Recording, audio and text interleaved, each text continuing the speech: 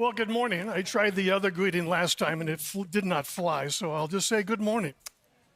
Hopefully you survived the snowstorm you may or may not have had. We had it in Renton, but evidently it was a bit spotty. So I'm kind of excited about today's sermon. We are in the last parts of the book of Joshua. We've kind of concluded, and Nate did that well last week, where Joshua concludes with those last three verses in chapter 21, that the land is at rest. Everything that God said he was going to do has been done. Great is thy faithfulness. So the last three chapters of Joshua all deal with different narratives, but they all have a common theme. Now that the land has been inherited, the people are distributed, what is the proper worship of Yahweh? We're no longer living in the wilderness. We're no longer, going from place to place. We now live in cities that we didn't build. We now live in, eating from olive trees and fruit trees that we did not plant. How do we worship Yahweh now that things are settled? And so today, the one that we're going to look at today is all about perspective. So most of you know, and I call it West Side Story, one, because I love musical theater, and number two, because that's really the perspective. So I want to talk a little bit about perspective, then we're going to get into the narrative, and then we'll end with perspective. So most of you know, or some of you know, that I'm here a couple of days a week and I do marriage and family counseling. And one of the things that I work with, especially when I do premarital counseling, is the issue of perspective. Perspectives, whatever your perspective is, always feels right. It may be wrong, but it feels right. It may be incorrect, but it feels right. And our perspectives are built on a lot of things, most of them family of origin issues, lived experience. The brain that you have is an energy hog. You probably knew that. 20% of all the glucose that your body produces goes to running your computer. That's amazing when you think about it. But it's an energy hog. So what the brain likes to do to save energy is connect like things. So when you experience an event, the brain is like, oh, this is kind of like this. And it puts it together. And then you feel, hopefully, the emotion of that event. And again, the perspective that you have is going to be based on that experience. And I was thinking about it. Remember these puzzles that you would look at? These are perspectives, right? Like you could see a vase, or you could see two faces, right? Or the same thing. You could see an apple core or two faces, right? It's all perspective. And some of them, they do these to tell whether you're more left brain or right brain and all of that. But it really is about perspective. And so like this one, like you can see a young lady facing away or an old dude, right? And it all depends on how you look at the situation. So the issue is, when we have these perspectives become truth for us. And as I mentioned, they may be right or wrong, but for us, they are truth because our brain says this is like this. So they become truth for us. And then we pattern our lives around that truth, and the behaviors we have are based on that truth. And what in marriage counseling, what I tell people is, you're a round peg in a square hole. Two different perspectives, two different family of origins, two different things. So when you come to an issue, you always have to determine the why of the issue. Why am I feeling this way? Especially in communication. When couples are talking with each other and they say, whatever they say, and the person feels a negative response, it is on to them who feels the negative response. Why am I feeling this? And oftentimes it is family of origin, it's lived experience. I always joke with Sharon whenever she tells me, hey, we need to talk, that sends shivers down my spine. Because my initial response is, oh my goodness, what have I done? Right? And that's got to be from my past. Right? And so I know now, and she knows now, like, hey, I need to talk, but it's about X, Y, and Z.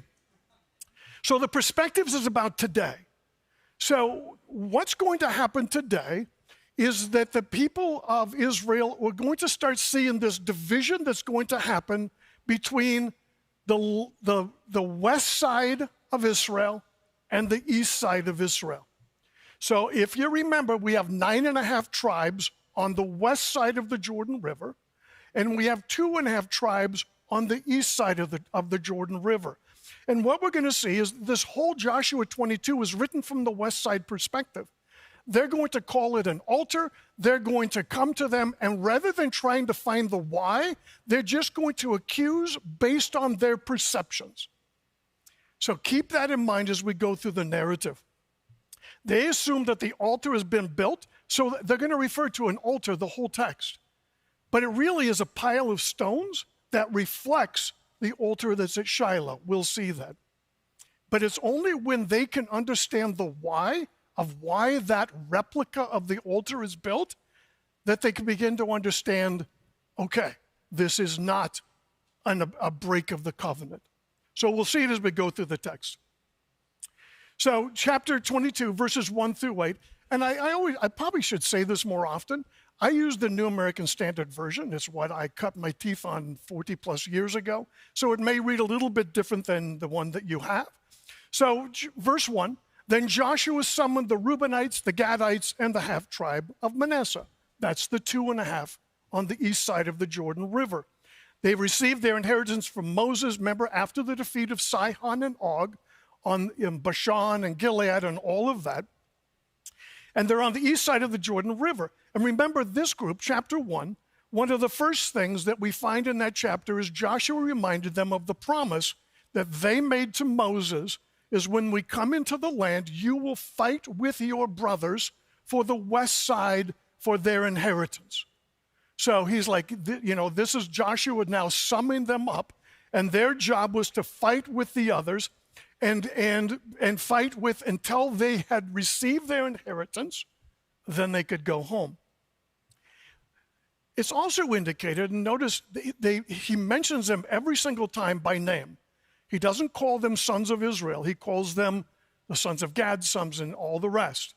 So it's indicated that although they live outside the original promise, remember in Genesis 15, the original promise, the Jordan was a boundary. They live outside of the original promise that was given to Abraham. That doesn't make it wrong. It was given by Yahweh. Yahweh himself said it was okay for them to have that inheritance. But keep that in mind, because part of what this is going to show is a bit of the crack between the tribes is that it's almost like the 2.5 tribes on the east are on the other side of the tracks, right? Like the other side of the Jordan River. They are not like us. And when you read this text, it's going to read like that. And so in verse 2, and he said to them, you have kept all that Moses, the servant of the Lord, commanded you. And you have listened to my voice in all that I commanded you.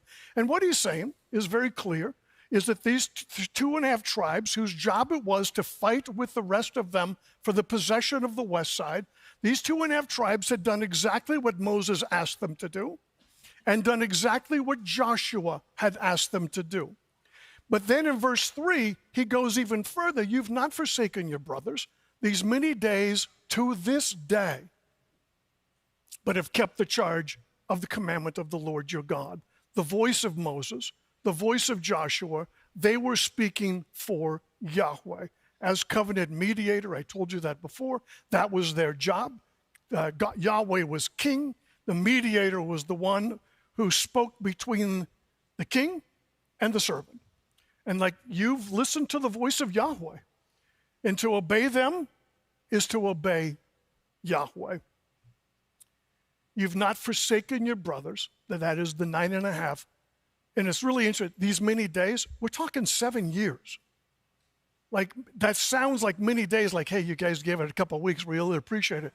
7 years it took to take the possession of the land. We're going to see that in 2 weeks when they do the final covenant renewal. That we'll see, 2 weeks from now, the covenant renewal. 7 years, every 7 years, the covenant had to be renewed. And so these are strong words of commendation to the tribes east of the Jordan. Although they fought with their brothers, they fought for Yahweh. Understand that. So he says, now the Lord your God has given you rest from your brothers. Remember, going back to chapter 21, as he spoke to them. Therefore, turn now, go to your tents, to the land of your possession. So they have fulfilled their obligation that they gave to Moses, Joshua, and Yahweh. And Joshua now dismisses them to go home. Their inheritance, we saw that already in chapter 13.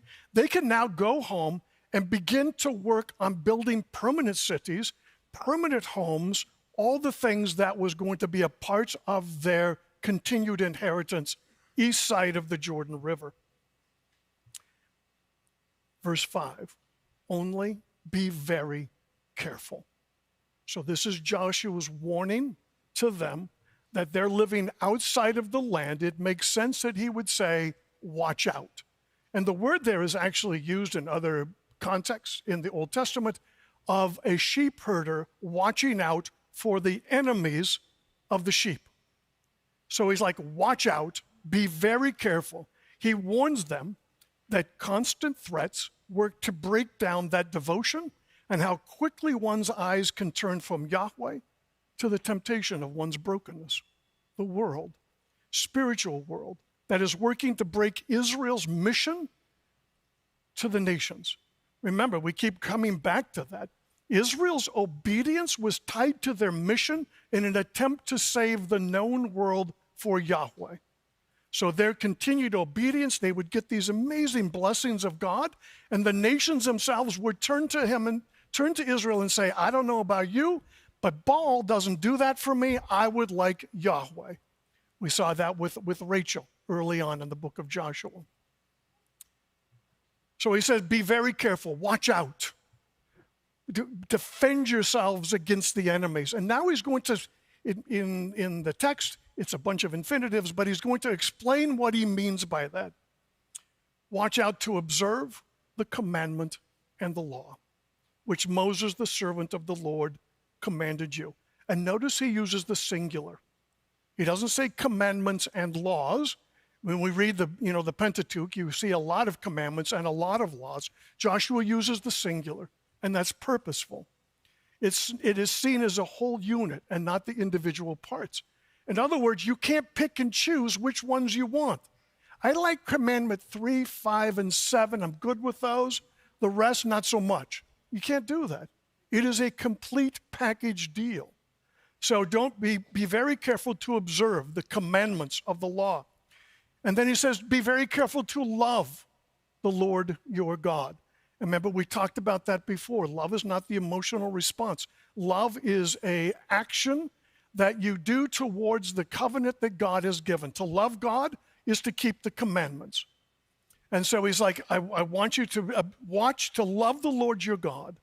The language of the covenant is one loves by doing the stipulations of the covenant agreement, all of which we find in Exodus, in Leviticus, and in Numbers. Then he continues on to walk in his ways. This is the beginning of a theology that we see throughout the Old Testament and into the New Testament, the way of Yahweh. To walk in the way of Yahweh. How one lives out the law in their everyday life. How do I take all of those laws and make it my own and live in light of what God's expectations are? That is walking in his ways. When you get to the book of Proverbs, that occurs over and over and over again. Because to walk in the way of Yahweh is to inculcate the law into your own heart and then live out that law in your everyday existence. To walk in his ways. And the picture is, it's very interesting in Proverbs, the picture is you're walking on these narrow Judean trails, and if you deviate from that trail, you're going to tumble into danger or to death. And in Proverbs, it's death. There is the way of Yahweh, and there is the way of death. There's only two ways. And the way of Yahweh brings life. The way apart from Yahweh brings death. And then to keep his commandments and hold fast to him and serve him with all your heart and with all your soul. All of these are taken from Deuteronomy 6, Deuteronomy 30. The idea is that to serve him with all your heart and soul. Remember, heart is here. Heart is volition. Heart is like, I'm going to make this a commitment. It is discipline. It's all the things that helps me do what I'm supposed to do. It's very similar to, remember when people say, like, when people come to Jesus in the Gospels and say, how do I do this? And he said, well, you've heard the commandments, do this and this and this. And the guy's like, I've done those. And he said, okay, sell everything you have and follow me. Same idea. It is a continual life existence in light of our obedience to God and the expectations that he has with us. And all these phrases are saying the exact same thing, right? It is serving Yahweh our lives. That's what he's telling the 2.5 tribes. The admonition is a reminder of the covenant made at Sinai, which will play a bit later in the narrative. So Joshua, verse 6, blesses them and sends them away. And then in verse 7, he kind of interrupts the narrative. Whenever that occurs in narrative literature, it means we're supposed to pay attention to that. He interrupts the narrative and says, now, to the 1/2 tribe of Manasseh, Moses had given a possession in Bashan. And then he goes on to say, but to the other half, Joshua gave a possession among their brothers westward beyond the Jordan. You're like, why would he say that? He wants us to emphasize that unity of Israel, for one, but he also wants to recognize that there's a division even amongst this tribe. But there's a unity, the 12 tribes. But he's making it clear that Manasseh had a possession in Bashan, which is east of the Jordan. You'll see that in a second, given by Moses. But then he shows that although separated by the river, they're one people. That Joshua, the narrator who wrote this, wants you to understand they are separated by this division, but they are one. Keep that in mind as we go through the narrative. Although the following narrative sees these two halves at odds with each other, it foreshadows the division that's going to come. You get to the end of the book of Judges, and they are at civil war. Like they almost completely wipe out the tribe of Benjamin. The people of Israel do that because of something that occurred, and you can read that narrative at the end of the book of Judges. So they return home. And so he says to them, when Joshua sent them away to their tents, he blessed them. He picks up the narrative from verse 6. And he said, return to your tents with great riches, very much livestock, with silver, gold, bronze, iron, and very many clothes. Divide the spoil of your enemies with your brothers. And the riches are to remind the people of the acts of Yahweh in empowering them to dispossess the inhabitants of Canaan. And when you reach Numbers chapter 31, this is exactly what Moses commanded.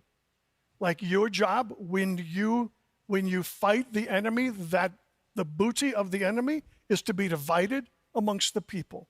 So he's reminding them again that is going to be divided amongst the people when they get back to the other side of the Jordan River. So they return home. Section 3 of our outline, 22, 9 through 12. And the sons of Reuben and the sons of Gad and the half tribe of Manasseh returned home and departed from the sons of Israel at Shiloh, which is in Canaan. Now hear that. Notice the division of the peoples already mentioned in the text. You have Reuben, Gad, Manasseh, departed from the who? Sons of Israel. These guys are sons of Israel as well. But already we see this division that's going to take place in the text. They are called sons of Reuben, sons of Gad, half tribe of Manasseh. They're going to be called that throughout the narrative. Like they already see this as a distinct group of people, even though Joshua did not want them to see it that way. And notice, they're in the land of Canaan, not the land of Gilead. So they returned in the second half of that verse, in verse 9, to go to the land of Gilead, to the land of their possession. So what we have is you have the tribes like, we live in Canaan, you live in Gilead, so you've got sons of Gad, sons of Manasseh, and all the rest, and sons of Israel at Shiloh, where the Ark of the Covenant is. So Joshua blessed them, right? They go to the land of Gilead, to the land of their possession. Moses, notice as well, the land of Gilead is distinct from the land of Israel. So you've got this distinction that's taking place from the narrator's perspective to introduce you to what's going to take place in the very near future in our narrative. Very good, what we call in narrative literature, foreshadowing what's going to take place. Verse 10, and when they came to the region of the Jordan, which is in the land of Canaan, so the region of the Jordan is the area of the Jordan Valley. You can see the depression there on the map. The sons of Reuben, sons of Gad, half tribe of Manasseh, built an altar there by the Jordan. So on their way back home, they stop on the Canaanite side, the land of Israel side, and they build an altar. Now remember, it's called an altar. We're going to find it's different when we get later in the text. They build an altar on the side of Israel before they pass into their possession. And it's said that this altar was very large in appearance. The only time these two words occur together in the Old Testament is the burning bush. Like whatever this altar was, it was an imposing sight. My guess, it was a very large replica of the altar that was built at Shiloh. So this was an imposing altar built on the side of Canaan before they go into their land of possession. And the question is, why? Like that's what we should be asking, right? Like why would they build an altar on their way back home on the banks of the Jordan River on the Canaanite side of the Jordan? Sacrifices were only to be done at the central sanctuary. We know that. At Shiloh, where Yahweh was in the holy place, in the holiest place, Deuteronomy 12. Although there is an understanding throughout the Old Testament that wherever God designates a sacred place and allows them to build an altar is built. Samuel's going to do that, as well as others into the Old Testament. So it's not that this was completely illegal, right, from a legal perspective, but from the West Side perspective, 100%, that's what we're going to see. But they build this altar. And again, we don't know why. The text doesn't tell us that till the very end. So they build this altar.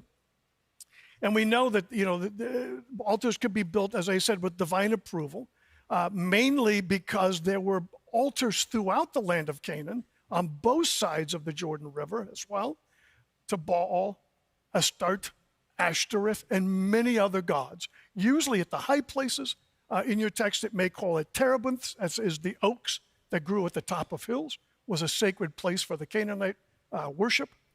So what's going to be interesting is when the West Side group comes to talk to the East Side group, they don't ask why. They're not trying to understand the perspective of the East Side group. We're asking that, and we're going to find out. We know the story. They assume and presume, which may indicate a bit of the break of the unity of the 12 tribes. Was the Jordan River more than just a geographical boundary? Verse 11, and the sons of Israel heard to behold the sons of Reuben, the sons of Gad, and the half-tribe of Manasseh have built an altar at the frontier of the land of Canaan. So they automatically go to this, somebody tells them they've built an altar on the Jordan River, in the region of the Jordan on the side belonging to the sons of Israel. What they're assuming, and we'll see this, is that altar's on our piece of property. We're going to get in trouble with Yahweh, because Yahweh, in their mindset, Yahweh won't know the why. He does, and the people will tell us that. And when the sons of Israel heard it, the whole congregation of the sons of Israel gathered themselves at Shiloh. Now, your inquiring minds, he just said whole congregation of Israel. Who's not there?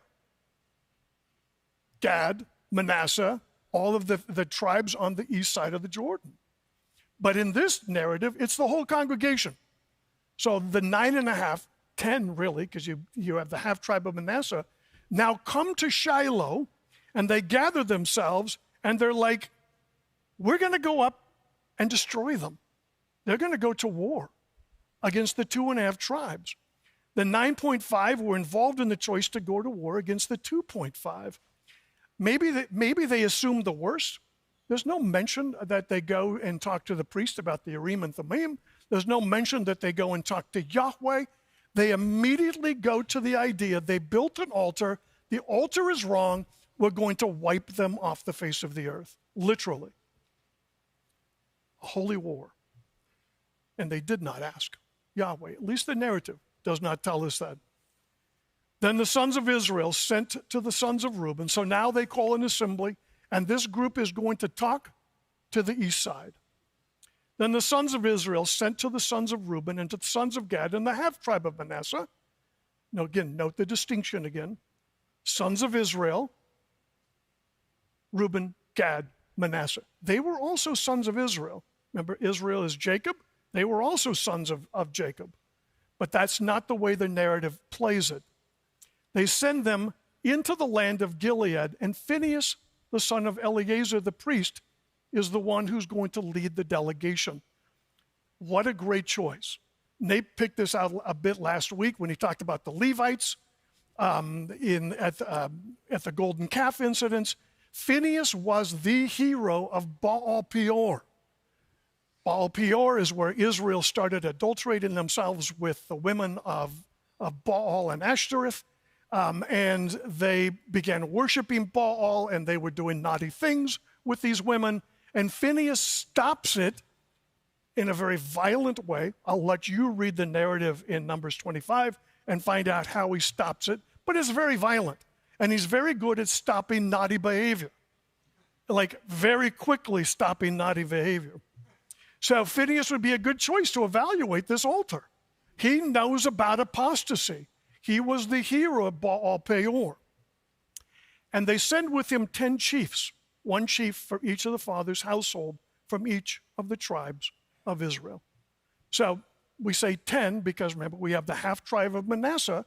So we have 10 leaders of the clans going with Eleazar to go to the east side to inquire about this altar. And each one of them was head of his father's household among the thousands of Israel. Think cabinet-level positions. These were high up in the clans of each of the 10 tribes on the west side of the Jordan River.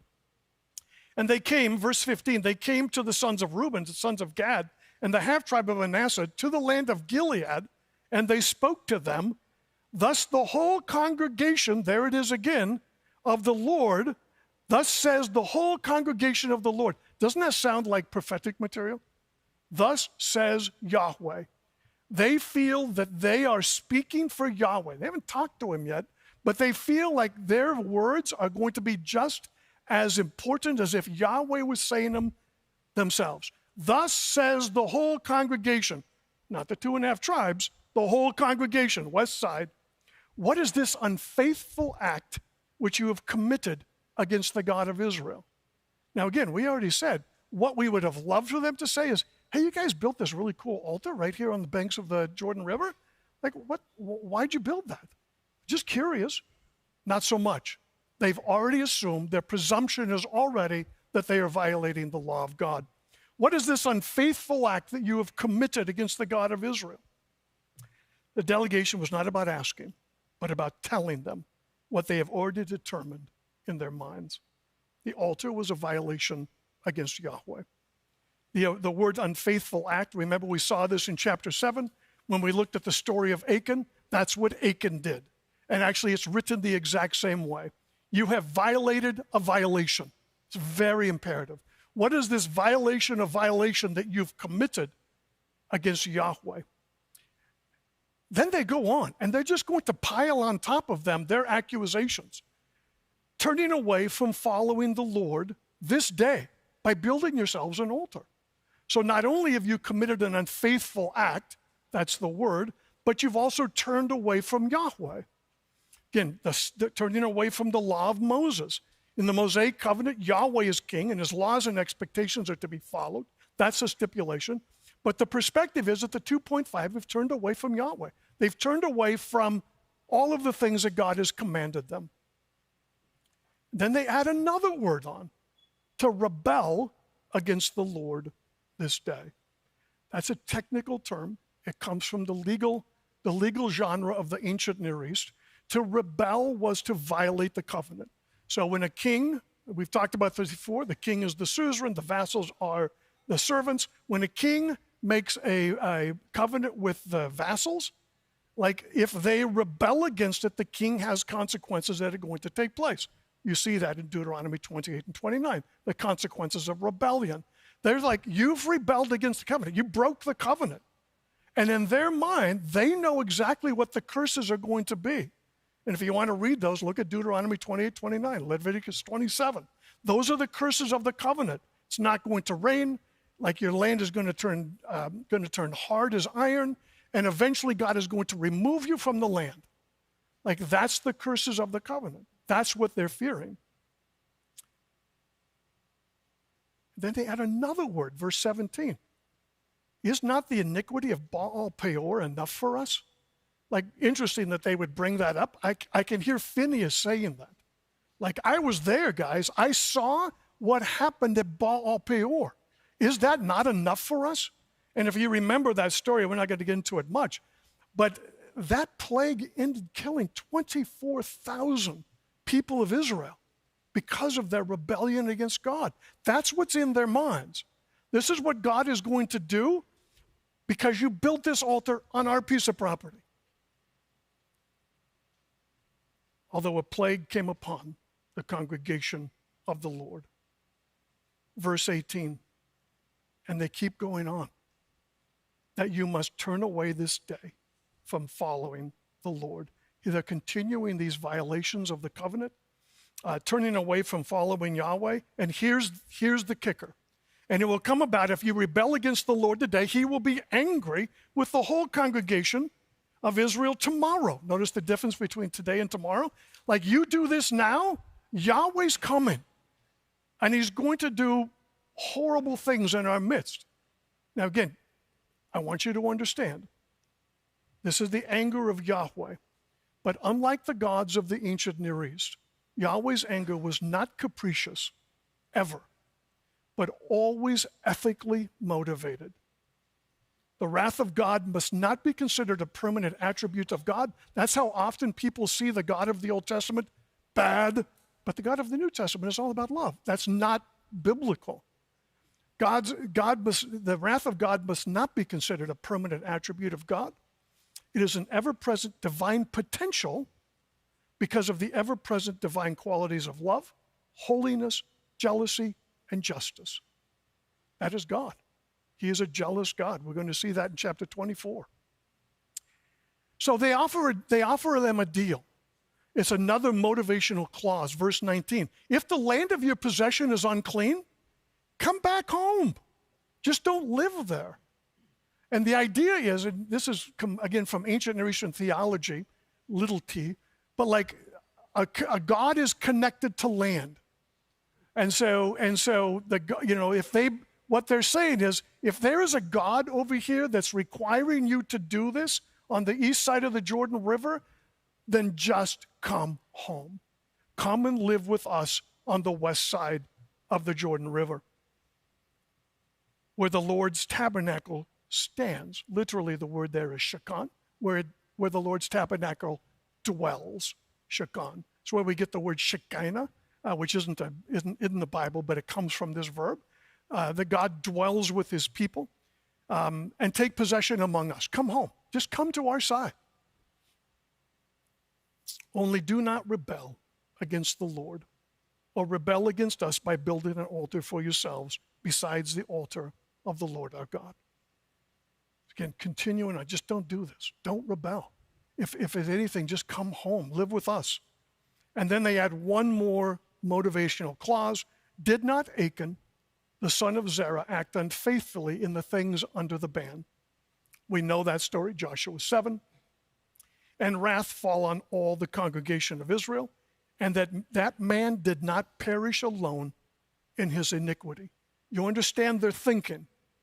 Achan stole the stuff from Jericho 36 men of Israel died on the field outside of Ai, and he and his family die in the desert outside of Gilgal. And so he's like, in their thinking, you're committing this act of aggression towards Yahweh, we're going to experience the punishment of God like the 26 men who stole nothing, but were killed in the first battle against Ai. That's their thinking. So again, they don't know why this altar is built. They just assume it was built. They call it an altar. You've done this. Why do you do this? Come home and live with us. You've got to stop. That's the idea. So now they give a defense. They now allow the east side to give a defense. Then the sons of Reuben, sons of Gad, and the half-tribe of Manasseh answered and spoke to the heads of the family of Israel, and they say this, El Elohim Yahweh, El Elohim Yahweh. Probably that emphatically. El Elohim Yahweh, the Lord, the mighty one, God, the God of Israel. And it is a superlative. God is the only God. But the only other time, if you want to read it for yourself, is read Psalm 50, which is one of my favorite Psalms. It's only the other time that phrase is used. El Elohim Yahweh. They say it twice. Very emphatic. The Lord God is greatest. The way it is written betrays that emotion behind it. You've got it all wrong. God is the only God. He knows, and may Israel come to know. Continuing on in the verse. And what do you say? And he knows is a participle, which means God knows our intent. He knows why we built it, and he knows today why we built it. God has always known to this point the real purpose behind this pile of stones. And now may Israel come to know what Yahweh already knows. And they're going to do two oath statements.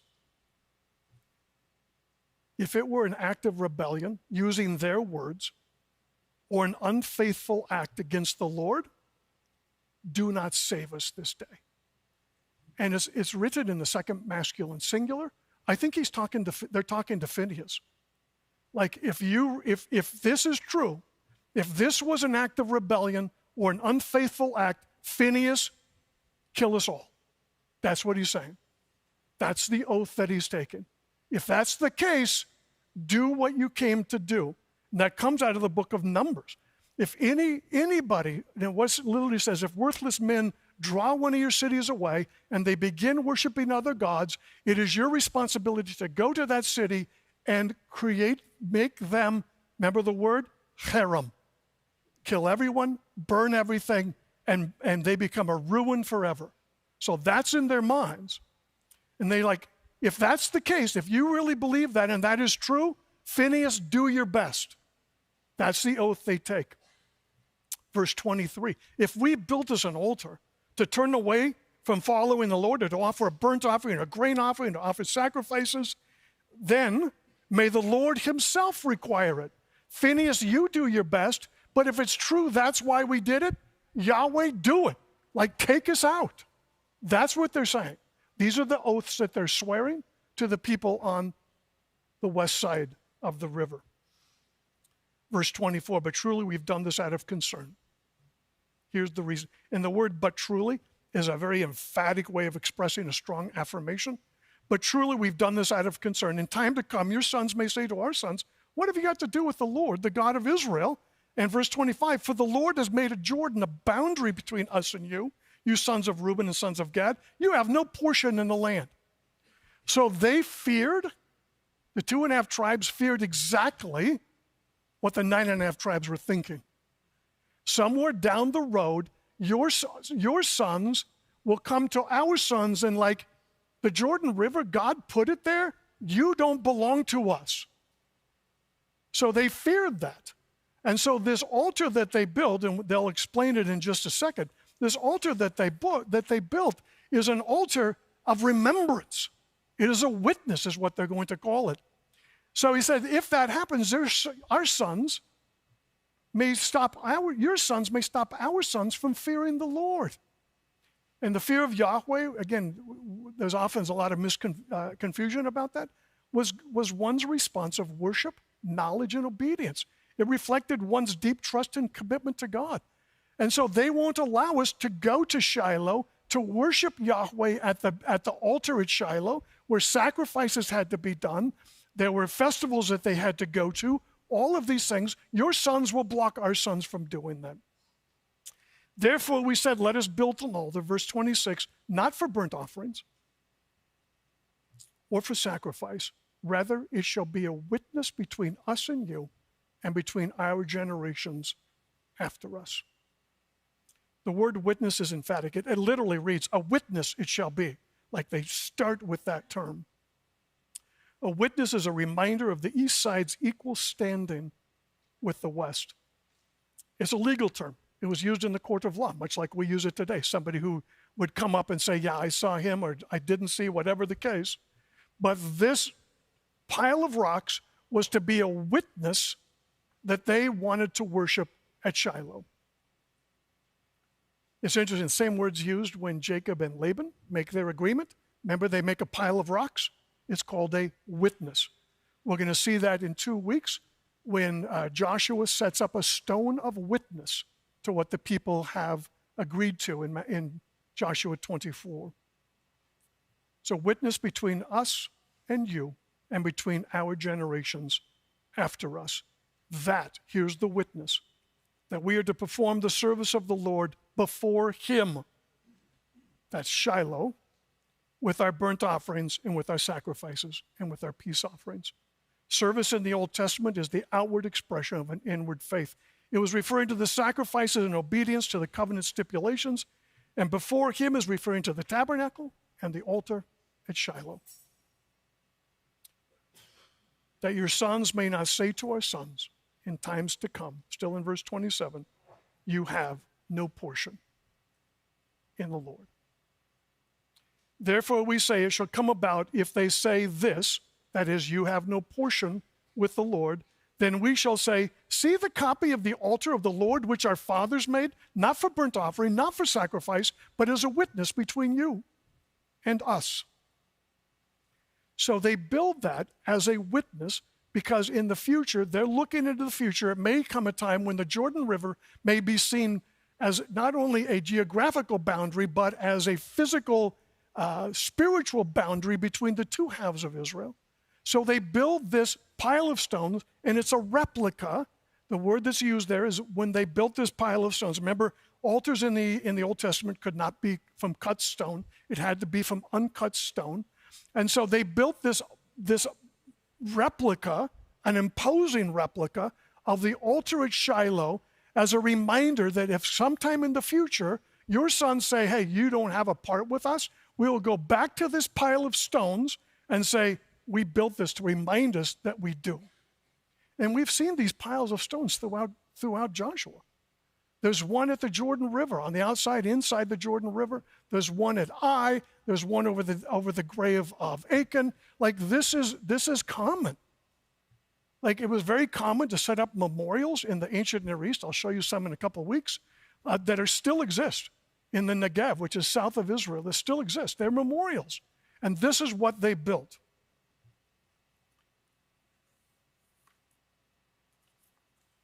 Far be it from us. This is the negative oath. Far be it from us that we should rebel against the Lord and turn away from following the Lord this day by building an altar for burnt offering or grain offering or sacrifice. Very strong negative oath statement.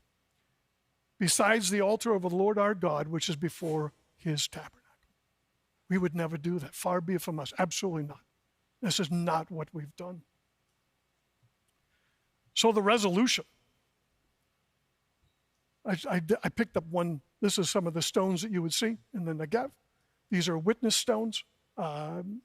We see these actually throughout the known world, like Stonehenge and other places. But in the Negev, in the ancient East, these are witness stones. They memorialized some important event. That's what they're calling their altar. So when Phinehas the priest and the leaders of the congregation, even the heads of the families who were with them, heard the words, which the sons of Reuben, the sons of Gad, and the sons of Manasseh spoke, it pleased them. Literally, it says it was good in the eyes of them. The fact that all parties involved are mentioned indicates a formal declaration of resolution. They get it. Once they understand the why, they drop their charges. Verse 31, and Phinehas, the son of Eleazar the priest, said to the sons of Reuben, the sons of Gad, and the sons of Manasseh, today we know that the Lord is in our midst. There's clues. Remember, words and mean something in narrative literature. First of all, perspectives were changed when all was explained. We talked about that. But he said, the Lord is in our midst. Phinehas is still in Gilead, but the Lord is in our midst, all 12 of us. So he's including them into that group. Then Phinehas, the son of Eleazar the priest, and the leaders returned from the sons of Reuben and the sons of Gad, and from the land of Gilead to the land of Canaan, to the sons of Israel, and brought back word to them. And the word, verse 33, pleased the sons of Israel, and the sons of Israel blessed God. The explanation of the delegation pleased the 9.5, gathered to war. So they're ready to go march against the 2.5 tribes. But rather than war, they blessed God. A natural response to the positive feeling was gratitude towards God. And they did not speak of going against them in war. And the word there is the only time it's used in Joshua to destroy the land. The word is to annihilate, to literally obliterate the 2.5 tribes. So what he tells us that the writer chose this word purposefully, I believe, to indicate the abject, horrific nature of what could have happened if they didn't believe and if they would have just acted on their presumption. Verse 34, and the sons of Reuben, the sons of Gad, called the altar, and in your text it probably says witness. That doesn't occur in the original text. I think the name of the altar is actually the second part of the verse. It is a witness between us that the Lord is God. That's what they named the altar, or the pile of rocks. A witness for all 12 tribes that Yahweh is God, and there is no other God but Yahweh. The full name of the altar, it is a witness between us that the Lord is God. Yahweh is Elohim. Yahweh is God. The continued possession of the land will only continue if the people are obedient to the stipulations of the covenant. And we all know, we've read the book of Judges. We know what takes place very soon after this. But the so what? And I said this earlier. The admonition to watch out warns the constant threats work to break down devotion. How quickly one's eyes can turn from Yahweh to the temptations of one's brokenness, the world, and the spiritual world that is working to break the mission of Israel or the mission of the church. Because we also have a mission to be a light to the nation. Preconceived discriminations on outward modalities lead to presumptions about people, and at times, for us who follow Christ, leads to an us versus them mentality. The issue that often hinders our ability to reach the unreached is that our presumptions become beliefs which force the foundation of our actions towards those who don't believe. This is what happened in the narrative this morning. The West formed their presumptions and were willing to annihilate thousands of people based on their presumptions. When they arrive, they don't seek to understand. They presume they are right, and they're willing to fight for their presumed beliefs, right? Presumptions becomes thoughts, becomes feelings, becomes actions.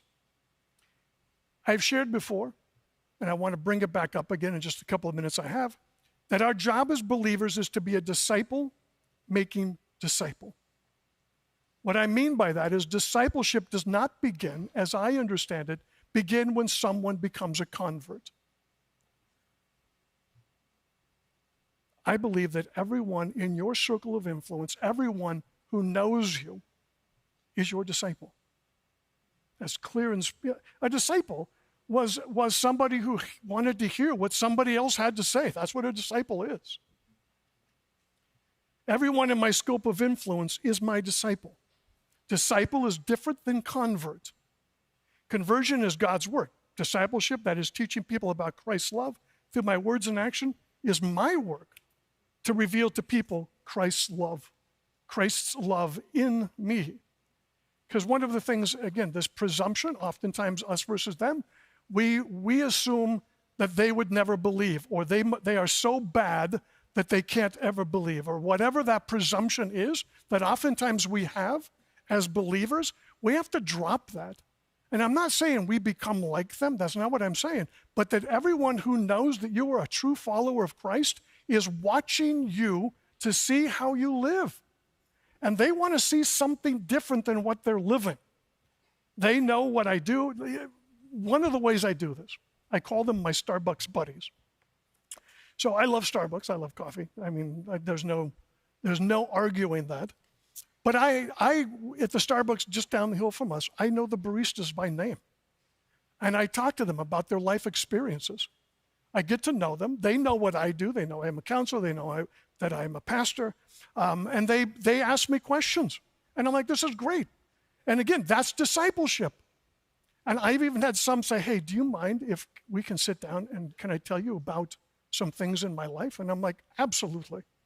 And so we sit down at Starbucks and they pour out their life stuff to me. That's discipleship.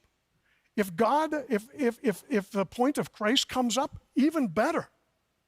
But like, I want them to know a peace and a contentment that comes from Christ. Francis Schaeffer, I loved his illustration.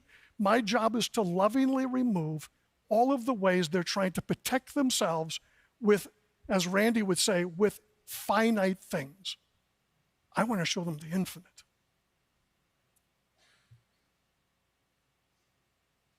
As you know, I worked 16 years in the school district, and I learned a lot of things.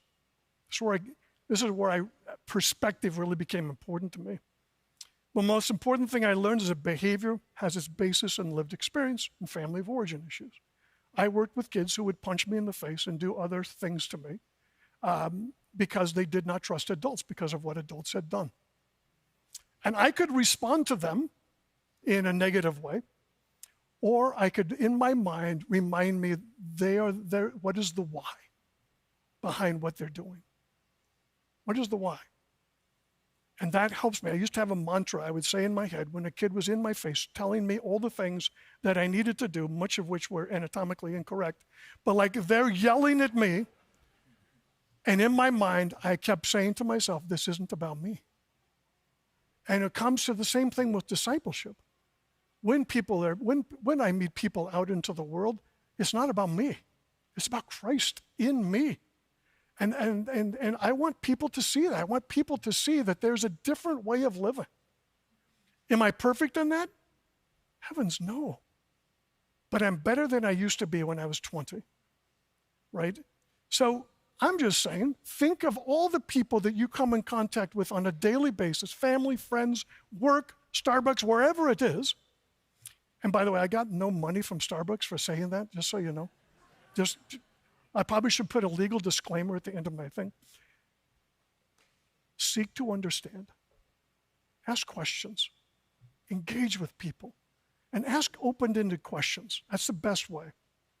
Love them as Christ loved them. Do not be as the West in our narrative and assume. Rather, see every contact you have as a potential follower of Christ. Everyone. Even the one in your mind you're thinking, not so much. Even that person. Live Christ well.